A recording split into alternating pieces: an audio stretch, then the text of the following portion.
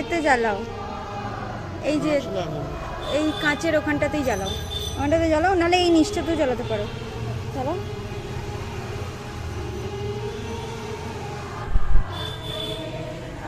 Tetanus নিয়ে এখানকার charges, যেটা আমাদের বাড়ি থেকে 5 মিনিট দূরে। আমরা জাস্ট ক্যান্ডেলটা কিনেছিলাম, আর দেশলাই কাঠি আমাদের কাছে ছিল না। আর তারপরে মনে পড়ছে যে আমাদের কাছে তো খুচরোও নেই দেশলাই কাঠি কেনার জন্য। তো প্রভু আমাদের এতটাই জাগ্রত যে আমি গেছি প্রভুর চার্চে, আর মোমবাতি না জ্বালিয়ে ফিরবো সেটা প্রভু চাইলেনই না।